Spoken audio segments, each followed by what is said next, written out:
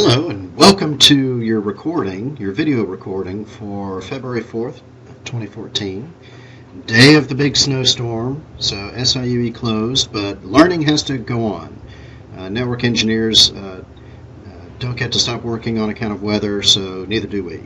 So here goes. What I'm going to do is try and get through some of the material that I wanted to talk to you today about network security, and then we'll wrap up next time on Thursday, assuming we're having class on Thursday. And if we don't, I'll do another video.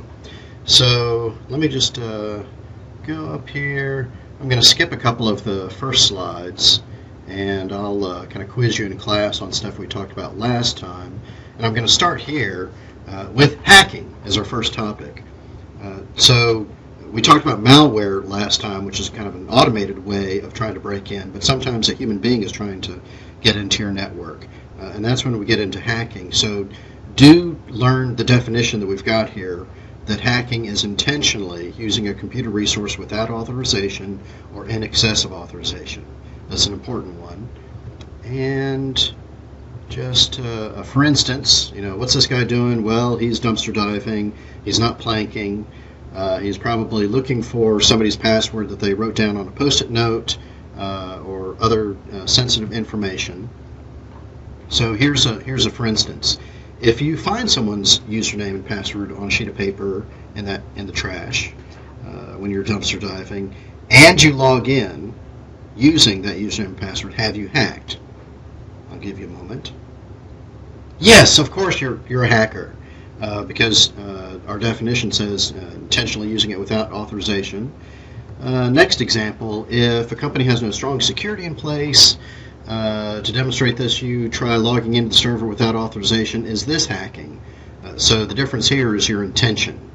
You're just trying to show that there's weak security. Well, unfortunately, this is also hacking as well. So you're intentionally using a resource without authorization or in excess of authorization. So even if your intentions were good, it's still hacking, so you need to be very careful about this stuff, especially some of the stuff I'm going to talk about later. And some of the more sensitive stuff I'm going to wait until we are in person to talk about. But for now, traditionally hacker isn't necessarily a bad word, right? It's a hacker is a hobbyist, somebody who gets off on playing around with technology. So whether it's just kind of intellectual curiosity, trying to prove themselves that they can do something that's challenging. That's kind of what I grew up with in terms of hacking.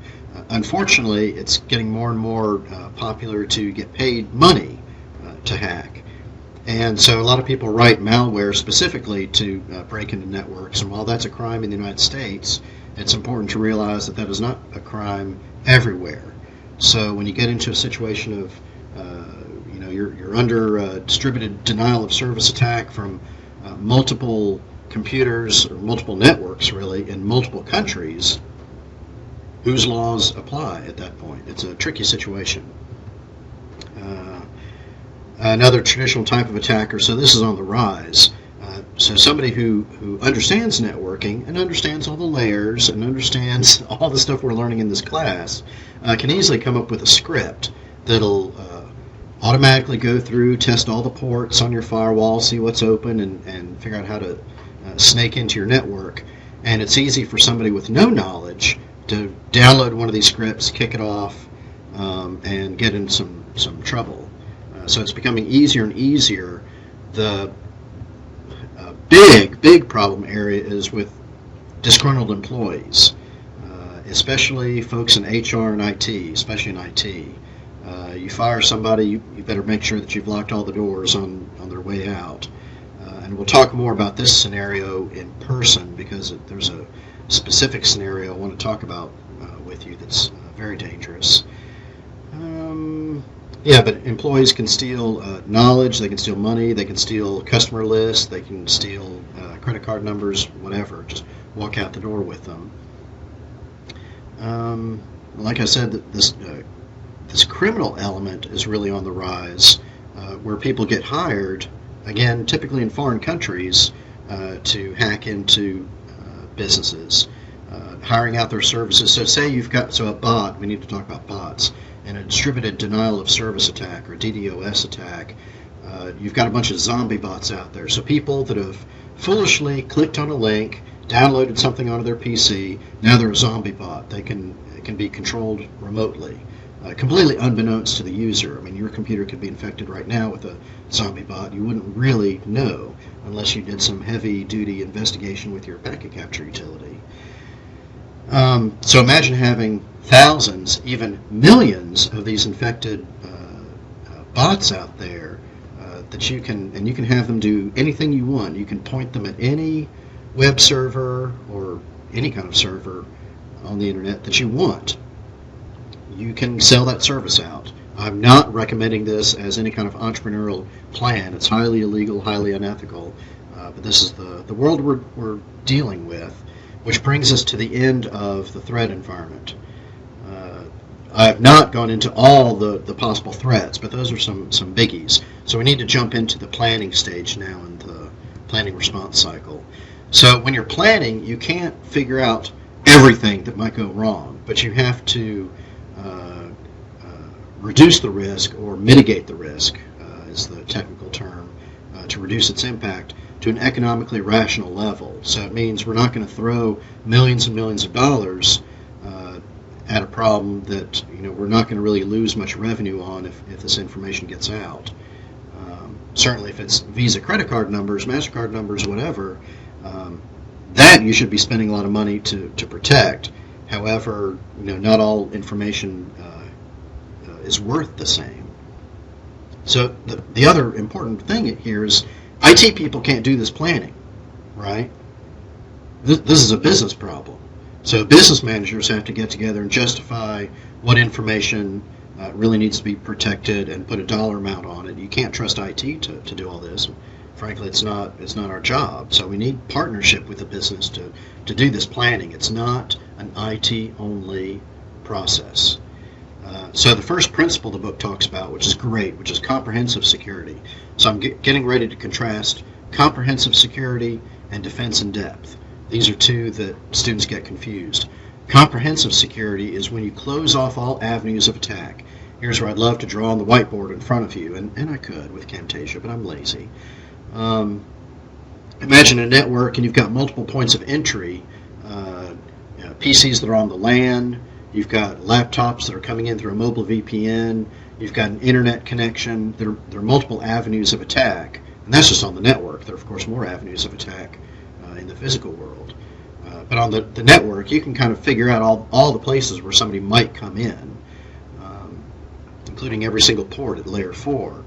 And those are all ones that, and by close off, I don't mean to shut them down, because of course you'd have a very secure network if you just shut everything down and closed everything off. But the idea is to put some kind of guard at every entrance.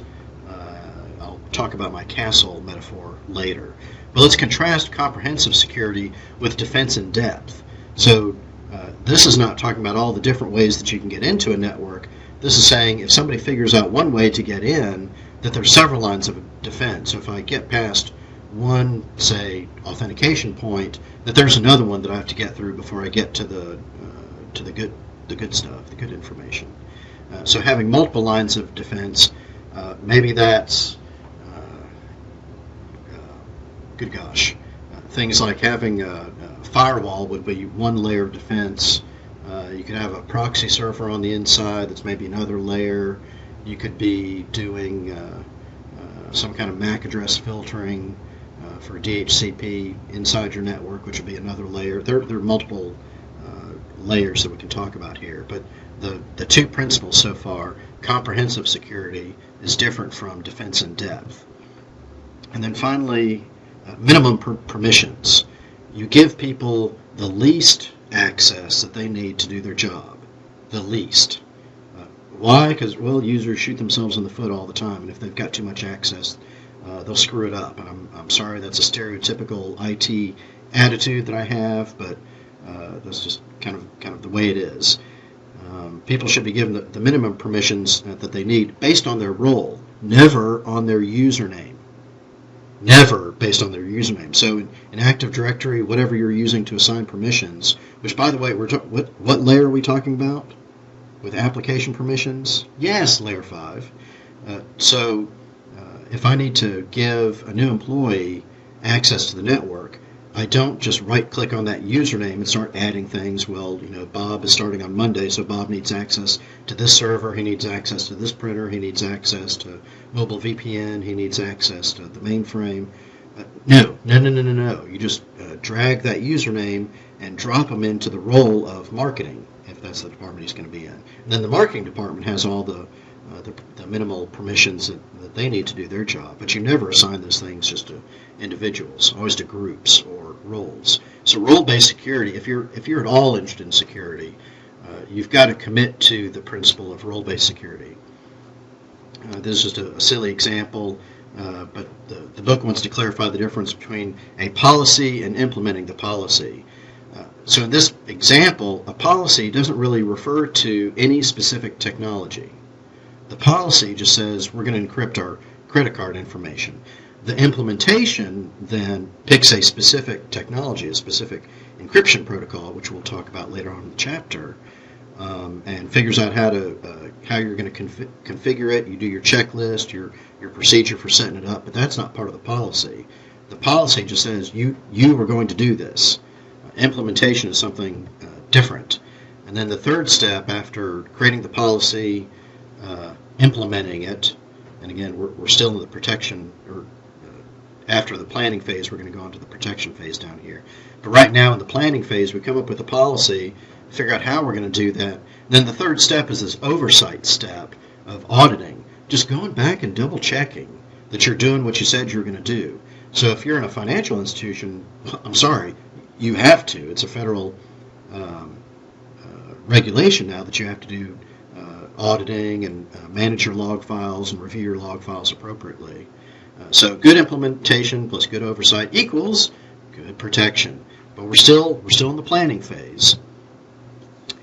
So here's Tim's way of planning for security. If you had to figure out a way to have comprehensive security and defense in depth on your network, what framework would you use to make sure you're addressing everything you could think of? That's right, you would go through the 5 layers and look at security at layer 5 with your applications, at layer 4 with your firewall settings, layer 3 with your router and IP packets, at layer 2 with your switches and MAC addresses, and even layer 1 with cabling and physical access to the cabling. So that's my advice for how to deal with network security. If you just kind of walk through the layers, you're going to be comprehensive as well as having defense in depth. So that wraps up planning. Now we're on to protection, and I think I'm going to stop here and start another video because YouTube limits me to 15 minutes at a shot. So I'm going to just stop here and pick back up in just a second. Don't go anywhere.